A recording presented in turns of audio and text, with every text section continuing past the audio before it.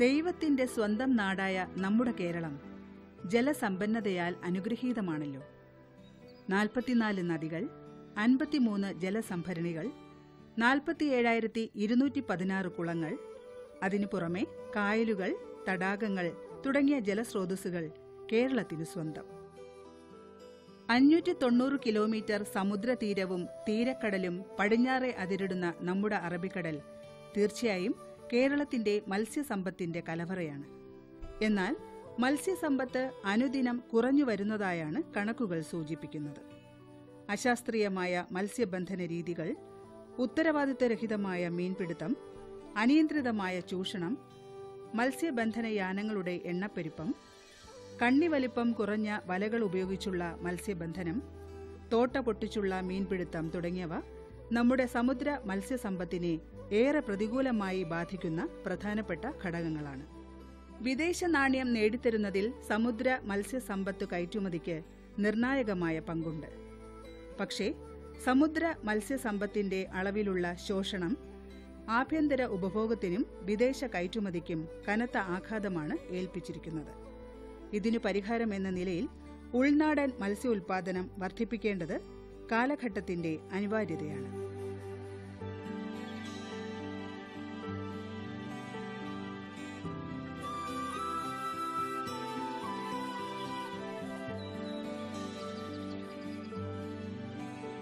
ഉൾനാടൻ മത്സ്യസമ്പത്ത് വർദ്ധിപ്പിക്കുന്ന പ്രവർത്തനങ്ങൾ വിജയകരമാകണമെങ്കിൽ നല്ല ഗുണമേന്മയുള്ളതും ത്വരിത വളർച്ചാ നിരക്കുള്ളതും രോഗപ്രതിരോധ ശേഷിയുള്ളതുമായ മത്സ്യക്കുഞ്ഞുങ്ങളെ ഉൽപ്പാദിപ്പിച്ച് കർഷകരുടെ ആവശ്യാനുസരണം ലഭ്യമാക്കുക എന്നത് ഉറപ്പുവരുത്തേണ്ടതുണ്ട്. ഇക്കാര്യം മുന്നിൽ കണ്ടുകൊണ്ട് സംസ്ഥാന ഫിഷറീസ് വകുപ്പ് മത്സ്യവിത്തുൽപാദന കേന്ദ്രങ്ങൾ ഫിഷ് സീഡ് ഹാച്ചറീസ് സ്ഥാപിച്ച് കട്ല, രോഹു, മൃഗാൾ, ലേബിയോ, ഡൈപ്രണസ്, ഗ്രാസ് കാർപ്പ് തുടങ്ങിയ ഇന്ത്യൻ മേജർ കാർപ്പ് മത്സ്യങ്ങളുടെ കുഞ്ഞുങ്ങളെ ഉൽപ്പാദിപ്പിച്ച് കർഷകർക്ക് സൗജന്യ നിരക്കിൽ വിതരണം നടത്തിവരുന്നു. കൂടാതെ പൊതുജലാശയങ്ങളിൽ മേന്മയേറിയ മത്സ്യ കൊഞ്ചുവിത്തുകൾ വൻതോതിൽ സാമൂഹ്യ മത്സ്യകൃഷിയുടെ ഭാഗമായി ഉൾനാടൻ മത്സ്യസമ്പത്ത് വർദ്ധിപ്പിക്കുവാൻ വേണ്ട നടപടികൾ സർക്കാർ കൈക്കൊണ്ടുവരുന്നുണ്ട്. തൽപരരായ കർഷകർക്ക് ശാസ്ത്രീയ മത്സ്യകൃഷിയിൽ ഓരോ ജില്ലകളിലും പ്രവർത്തിക്കുന്ന മത്സ്യ കർഷക വികസന ഏജൻസി FFDA വഴി പരിശീലന പരിപാടികൾ സംഘടിപ്പിക്കുന്നുണ്ട്. കൂടാതെ കൂടുകളിലെ കരിമീൻ കൃഷി, കല്ലുമേക്കായ കൃഷി, പാറമടകളിലെ മത്സ്യ കൊഞ്ച് കൃഷി, അടുക്കളക്കുളങ്ങളിലെ കരിമീൻ കൃഷി എന്നിവ മറ്റ് പ്രധാനപ്പെട്ട ഈ ദിശയിലുള്ള പ്രവർത്തനങ്ങളാണ്.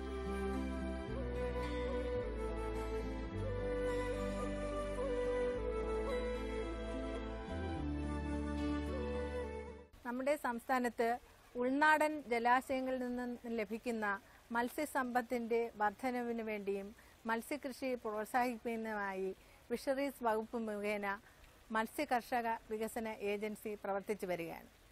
മത്സ്യ കർഷക വികസന ഏജൻസി വഴി തിരുവനന്തപുരം ജില്ലയിൽ പ്രത്യേകമായിട്ട് മത്സ്യ കർഷക വികസന ഏജൻസി പ്രവർത്തിക്കുന്നു. ഇതുവഴി നമ്മൾ ശുദ്ധജലാശയങ്ങളിലെയും ഓരോ ജലാശയങ്ങളിലെയും മത്സ്യകൃഷി വ്യാപിക്കുകയാണ് ലക്ഷ്യമിടുന്നത്.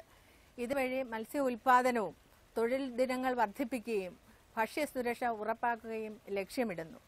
ഈ പദ്ധതിയുടെ ഭാഗമായി മത്സ്യസമൃദ്ധി പദ്ധതി എന്ന ഒരു നൂതന ആശയം നിലവിൽ വരികയും ഫിഷറീസ് വകുപ്പ് മുഖേന 2012-13 മുതൽ ആവിഷ്കരിച്ച് നടപ്പിലാക്കി വരികയാണ്.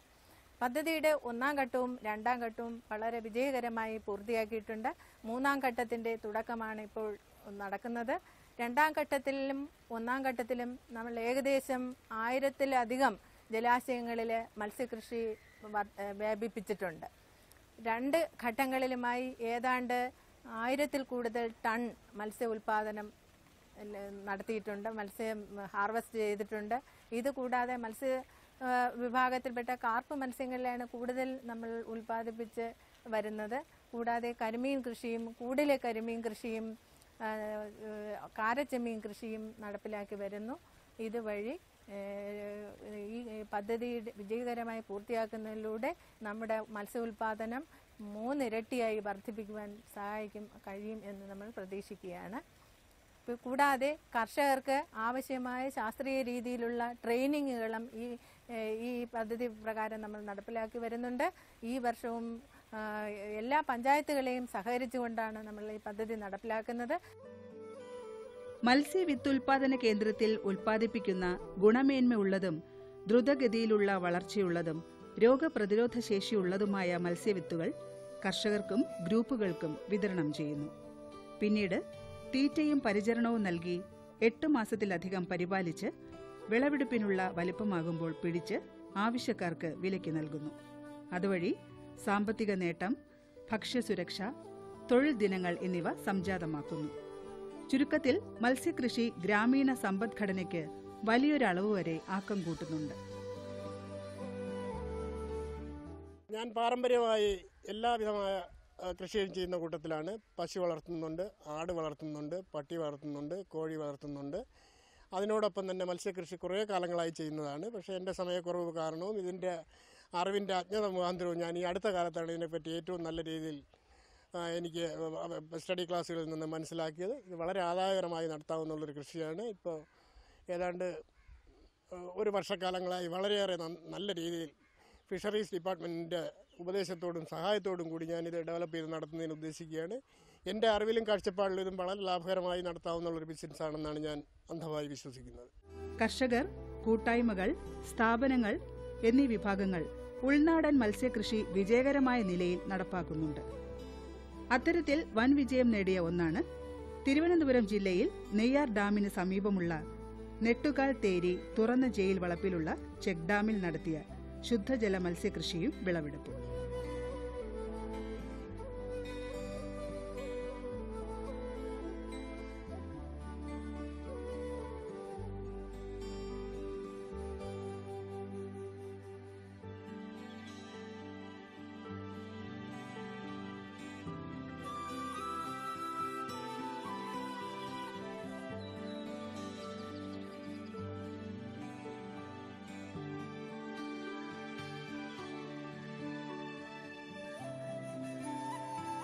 ഇവിടെ നടത്തിയ പ്രവർത്തനങ്ങൾ, നേട്ടങ്ങൾ എന്നിവയെക്കുറിച്ച് നെട്ടുകാൽ തേരി തുറന്ന jail superintendent Shri AG Suresh.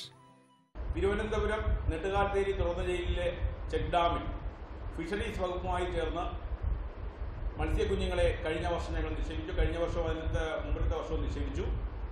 ഇന്ന് അതിൻ്റെ വിളവെടുപ്പായിരുന്നു.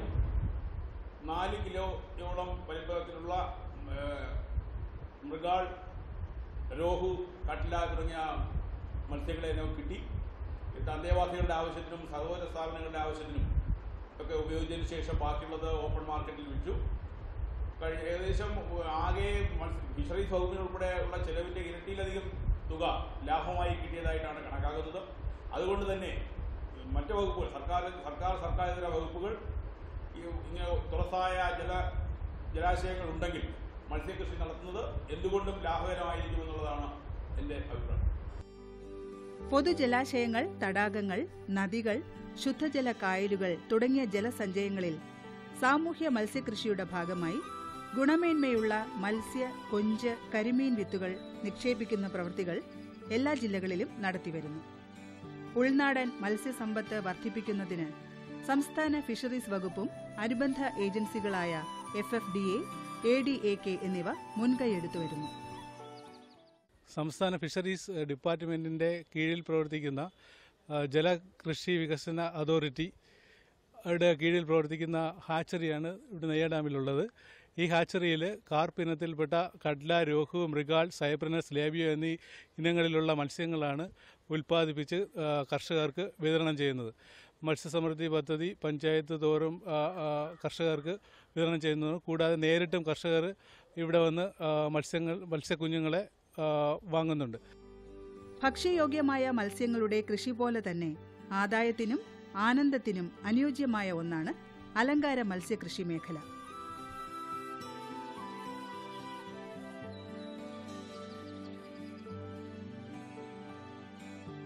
പ്രതിവർഷം ശരാശരി $5 ബില്യൺ അമേരിക്കൻ ഡോളറിന്റെ വ്യാപാരം നടക്കുന്ന വാണിജ്യ പ്രാധാന്യമുള്ള ഒരു മേഖലയായി അലങ്കാര മത്സ്യ വ്യവസായം വളർന്നിരിക്കുന്നു. ഇക്കാര്യത്തിൽ ഏറ്റവും കൂടുതൽ ഇറക്കുമതി ചെയ്യുന്ന രാജ്യം അമേരിക്കയാണ്. Singapore, Thailand, Japan, Malaysia, Hong Kong എന്നീ രാജ്യങ്ങൾ കയറ്റുമതിയിൽ മുന്നിൽ നിൽക്കുന്നു.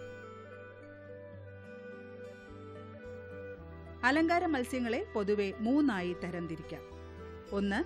ശുദ്ധജല അലങ്കാര മത്സ്യങ്ങൾ. 2. ഓരുജല അലങ്കാര മത്സ്യങ്ങൾ. 3. സമുദ്രജല അലങ്കാര മത്സ്യങ്ങൾ. ഇവയിൽ തന്നെ പ്രസവിക്കുന്നവയും മുട്ടയിടുന്നവയുമുണ്ട്.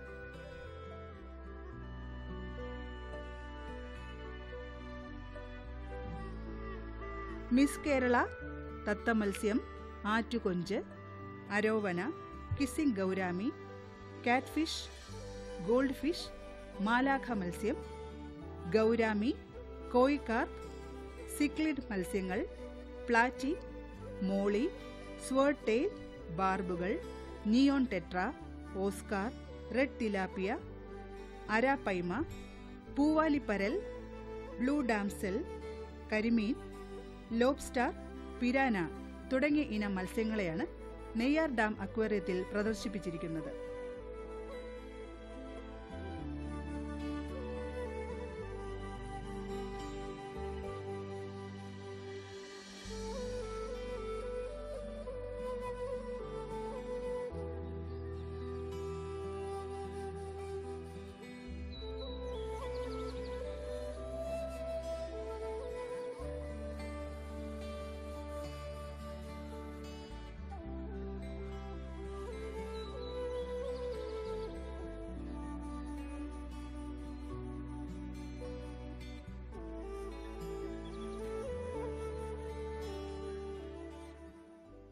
സംസ്ഥാന ഫിഷറീസ് വകുപ്പിന് കീഴിലുള്ള അഡാക് അഥവാ ജലകൃഷി വികസന ഏജൻസിയുടെ നിയന്ത്രണത്തിലാണ് ഈ അക്വേറിയം പ്രവർത്തിച്ചു വരുന്നത്.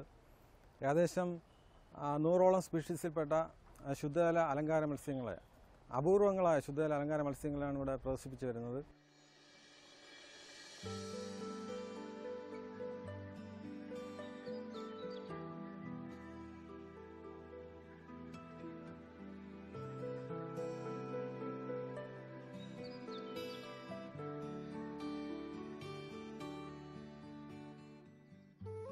തദ്ദേശ വിദേശ സഞ്ചാരികളെയും കുട്ടികളെയും ഒരുപോലെ ആകർഷിക്കുന്ന മുഖ്യ കേന്ദ്രമായി മാറിയിട്ടുണ്ട് ഈ അക്വേറിയം.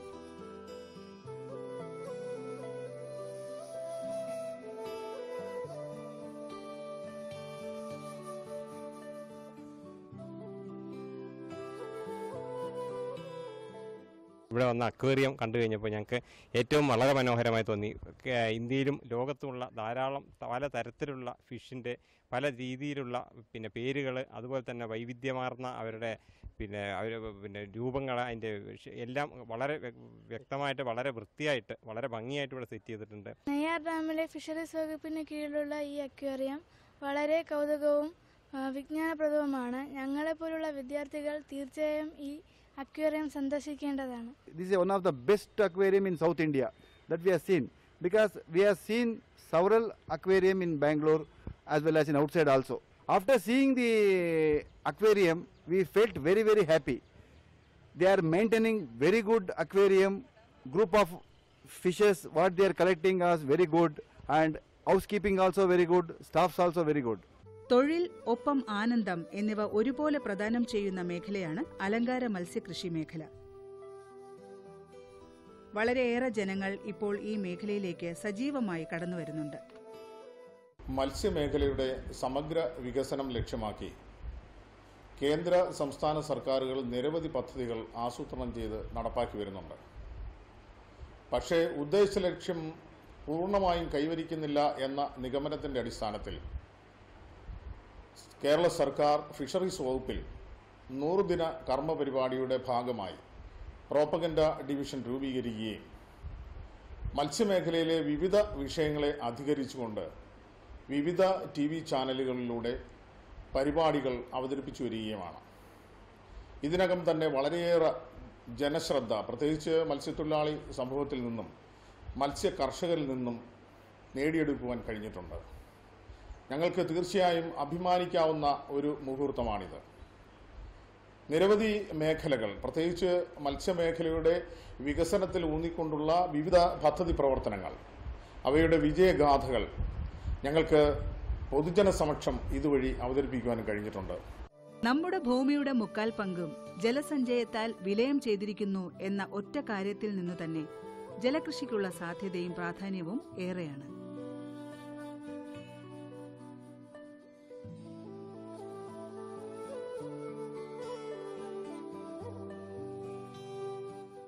UDF സർക്കാരിൻ്റെ 100 ദിന കർമ്മ പരിപാടിയിൽ ഉൾപ്പെടുത്തി ഫിഷറീസ് ഡിപ്പാർട്ട്മെൻറ്റിൽ ഒരു പ്രൊപ്പഗൻഡ ഡിവിഷൻ പ്രവർത്തനം ആരംഭിച്ച വിവരം എല്ലാവർക്കും അറിയാമല്ലോ. മത്സ്യത്തൊഴിലാളി മേഖലയിൽ നടപ്പാക്കുന്ന വിവിധ വികസന പദ്ധതികളെക്കുറിച്ചും ക്ഷേമ പദ്ധതികളെക്കുറിച്ചും TV ചാനൽ നല്ല ഒരു ജനകീയ മാധ്യമമായി മാറിയ സാഹചര്യത്തിൽ അതുവഴിയുള്ള പ്രചരണം ജനങ്ങളിൽ താഴെ തട്ടിലെത്തിക്കാൻ വളരെയേറെ സഹായകരമാകും എന്നുള്ള കാര്യത്തിൽ യാതൊരു സംശയവുമില്ല.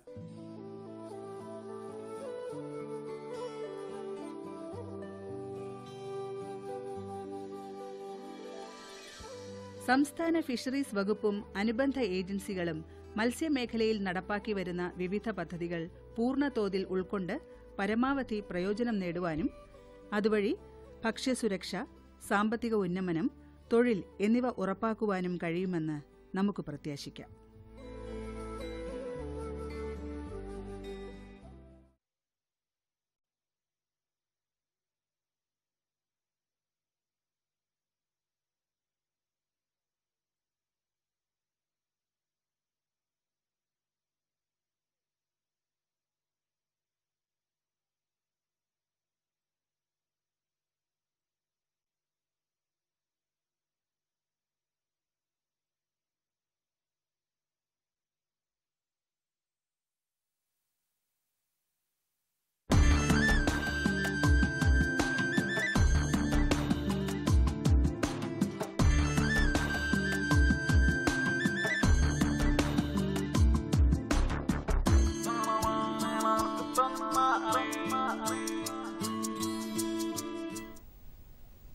നമസ്കാരം. ദൂരദർശൻ കാർഷിക വാർത്തകളിലേക്ക് സ്വാഗതം. പ്രധാന വാർത്തകൾ. മിൽക്ക് ഷെഡ് വികസന പദ്ധതിയിലേക്ക് അപേക്ഷിക്കാം. ജൈവ കീടനാശിനികൾ സൗജന്യ നിരക്കിൽ. മരിച്ചീനി വിളവർദ്ധനവിന് മൈക്കോറൈസ വേരുകുമിൾ. സുഗന്ധവിളകൾക്ക് ഹോർട്ടിക്കൾച്ചർ ബോർഡിന്റെ സഹായം. വിശദമായ വാർത്തകളിലേക്ക്. ഡയറി ഫാം തുടങ്ങുന്നതിനാവശ്യമായ കറവയന്ത്രം, sprinkler, rubber mat, fan, slurry pump, biogas plant, air compressor, cream separator തുടങ്ങിയവയ്ക്ക് ക്ഷീരവികസന വകുപ്പ് ധനസഹായം നൽകും. 2 പശു അടങ്ങിയ യൂണിറ്റിന് 30,000 രൂപയും 5 പശു അടങ്ങുന്ന യൂണിറ്റിന് 80,000 രൂപയും 10 പശുക്കളുള്ള യൂണിറ്റിന് 1,50,000 രൂപയും സബ്സിഡി നൽകും. കറവയന്ത്രത്തിന് പരമാവധി 22,500 രൂപ വരെ സബ്സിഡി ലഭിക്കും. ഡയറി ഫാം തുടങ്ങാൻ ആഗ്രഹിക്കുന്ന കർഷകർ ജില്ലാ ക്ഷീരവികസന ഓഫീസുമായി ബന്ധപ്പെട്ടാൽ കൂടുതൽ വിവരങ്ങൾ ലഭ്യമാകും. കോഴിക്കോട് മേരിക്കുന്നിലുള്ള ഭാരതീയ സുഗന്ധവിള ഗവേഷണ കേന്ദ്രം സുഗന്ധവിള കൃഷിക്ക് സാങ്കേതിക വിദ്യയും സഹായങ്ങളും നൽകുന്നു. കുരുമുളക്, മഞ്ഞൾ, ഏലം, ജാതി, ഇഞ്ചി, കറുവപ്പട്ട എന്നിവയുടെ നടീൽ വസ്തുക്കളും മൂല്യവർദ്ധിത സാങ്കേതിക വിദ്യയും സുഗന്ധവിള ഗവേഷണ കേന്ദ്രത്തിൽ നിന്നും ലഭ്യമാണ്. കർഷകർക്ക് ബന്ധപ്പെടാവുന്ന വിലാസവും ഫോൺ നമ്പരും: ഭാരതീയ സുഗന്ധവിള ഗവേഷണ കേന്ദ്രം, മേരിക്കുന്ന് PO, കോഴിക്കോട്. ഫോൺ 0495 273 0704. കാർഷിക വിളകളെ ബാധിക്കുന്ന കീടരോഗങ്ങളുടെ ഫലപ്രദമായ ജൈവ നിയന്ത്രണത്തിനുള്ള ഉപാധികൾ സംസ്ഥാന ബയോ കൺട്രോൾ ലാബിൽ ലഭ്യമാണ്. മിത്ര ബാക്ടീരിയയായ സ്യൂഡോമോണസ്, മിത്ര കുമിളുകളായ ട്രൈക്കോഡർമ, ബിവേറിയ, ബെറ്റിസിലിയം എന്നിവയാണ് വിപണനത്തിന് എത്തിച്ചിരിക്കുന്നത്. പൊടി രൂപത്തിലും ദ്രാവക രൂപത്തിലുമുള്ള ജൈവ കീടനാശിനികൾ 30 രൂപ മുതൽ 80 രൂപ നിരക്കിൽ വരെ ലഭിക്കും. സ്വാശ്രയ സംഘങ്ങൾക്കും വിവിധ NGOകൾക്കും ജൈവ നിയന്ത്രണ ഉപാധികളിൽ പരിശീലനം നൽകാനും ലാബ് സജ്ജമാണ്. കൂടുതൽ വിവരങ്ങൾക്ക് ബന്ധപ്പെടാവുന്ന വിലാസം: കൃഷി ഡെപ്യൂട്ടി ഡയറക്ടർ, സംസ്ഥാന bio control lab, Mannuthy, Thrissur. Phone number 0487 237 4605. Kerala കാർഷിക സർവകലാശാലയുടെ കീഴിലുള്ള മണ്ണുത്തി കമ്മ്യൂണിക്കേഷൻ സെന്ററിൽ ഏപ്രിൽ 22-ന് കോഴി വളർത്തലിൽ പരിശീലനം നൽകുന്നു. കൂടുതൽ വിവരങ്ങൾക്കും പേര് രജിസ്റ്റർ ചെയ്യാനും വിളിക്കേണ്ട നമ്പർ 9596757511. മറ്റൊരു നമ്പർ 0487 237 0773. Email agrifarmhousekerala@gmail.com.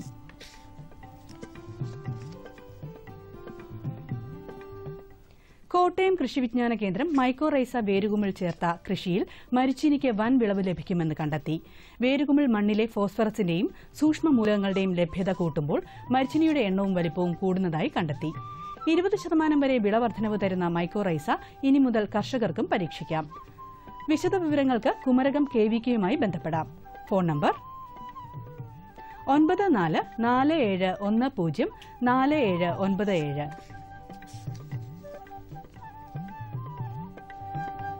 ഉദ്യാനവിളകൾ, സുഗന്ധവിളകൾ, ഔഷധികൾ തുടങ്ങിയവയുടെ കൃഷി, പ്രത്യുൽപാദന, നഴ്സറി നിർമ്മാണം, സംരക്ഷിത കൃഷി തുടങ്ങിയവയ്ക്ക് ഹോർട്ടിക്കൾച്ചർ ബോർഡ് ധനസഹായം നൽകുന്നു. ചിലവിന്റെ 20% സബ്സിഡി ലഭിക്കുക. തുറസായ കൃഷിക്ക് കുറഞ്ഞത് 4 ഹെക്ടറും സംരക്ഷിത കൃഷിക്ക് 1000 ചതുരശ്ര ഹെക്ടറും സ്ഥലം വേണം. മണ്ണിര കമ്പോസ്റ്റ്, തേനീച്ച വളർത്തൽ, തേനുൽപ്പന്നങ്ങൾ, കൂൺ കൃഷി, കശുവണ്ടി കൃഷി എന്നിവയ്ക്കും സബ്സിഡി ലഭിക്കും. പദ്ധതി പൂർത്തീകരണത്തിനു ശേഷമാണ് സഹായം നൽകുക. കൂടുതൽ വിവരങ്ങൾക്ക് ബന്ധപ്പെടാവുന്ന വിലാസം: National Horticulture Board, Trans Towers, Vazhuthacaud, Thiruvananthapuram. Phone 0471 2337578.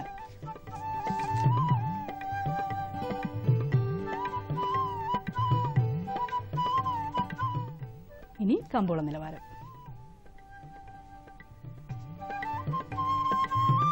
വെളിച്ചെണ്ണ കൊച്ചി 14,000 രൂപ, കോഴിക്കോട് 15,300 രൂപ, തൃശൂർ 13,950 രൂപ. കൊപ്ര കൊച്ചി 9,460 രൂപ, കോഴിക്കോട് 10,000 രൂപ, തൃശൂർ 9,440 രൂപ. കുരുമുളക് അൺഗാർബിൾഡ് 56,000 രൂപ, കുരുമുളക് ഗാർബിൾഡ് 59,000 രൂപ. ചുക്ക മീഡിയം 21,750 രൂപ, ചുക്ക ബെസ്റ്റ് 23,750 രൂപ. മഞ്ഞൾ സേലം 8,600 രൂപ, ഈറോഡ് 8,900 രൂപ. അടയ്ക്ക പുതിയത് 22,000-നും 23,000-നും മധ്യേ. കൊച്ചി റബ്ബർ RSS 5ാം ഗ്രേഡ് 11,200 രൂപ, റബ്ബർ RSS 4ാം ഗ്രേഡ് 11,800 രൂപ. കോട്ടയം റബ്ബർ RSS 5ാം ഗ്രേഡ് 11,200 രൂപ, റബ്ബർ RSS 4ാം ഗ്രേഡ് 11,800 രൂപ. കമ്പോള നിലവാരം കൊച്ചിയിൽ. വെളിച്ചെണ്ണ 14,000 രൂപ, കൊപ്ര 9,460 രൂപ, പിണ്ണാക്ക് എക്സ്പെല്ലർ 2,500 രൂപ, പിണ്ണാക്ക് റോട്ടറി 2,900 രൂപ. കുരുമുളക് അൺഗാർബിൾഡ് 56,000 രൂപ, കുരുമുളക് ഗാർബിൾഡ് 59,000 രൂപ. ചുക്ക മീഡിയം 21,750 രൂപ, ചുക്ക ബെസ്റ്റ് 23,750 രൂപ. മഞ്ഞൾ നാടൻ 9,900 രൂപ. അടയ്ക്ക പുതിയത് 22,000-നും 23,000-നും മധ്യേ. ജാതിക്ക തൊണ്ടൻ കിലോഗ്രാമിന് 280-നും 290-നും മധ്യേ. ജാതിക്ക തൊണ്ടില്ലാത്തത് 500-നും 550-നും മധ്യേ. ജാതിപത്രി 850-നും 900-നും മധ്യേ. ഗ്രാമ്പു 840 രൂപ. റബ്ബർ RSS 5ാം ഗ്രേഡ് 11,200 രൂപ, റബ്ബർ RSS 4ാം ഗ്രേഡ് 11,800 രൂപ. ഒട്ടുപാൽ 7,700 രൂപ. ലാറ്റക്സ് 8,000 രൂപ. കാലാവസ്ഥ. കണ്ണൂർ കൂടിയ താപനില 36.7 ഡിഗ്രി സെൽഷ്യസ്, കുറഞ്ഞ താപനില 26.8 degree Celsius. Kozhikode 34.7, 24.5. Kochi 33.2, 25.6. Alappuzha 34.5, 26.2. Punalur 35.5, 24. Thiruvananthapuram 33.7, 24.8 degree Celsius. ഇതോടെ ഇന്നത്തെ കാർഷിക വാർത്തകൾ സമാപിക്കുന്നു. നമസ്കാരം.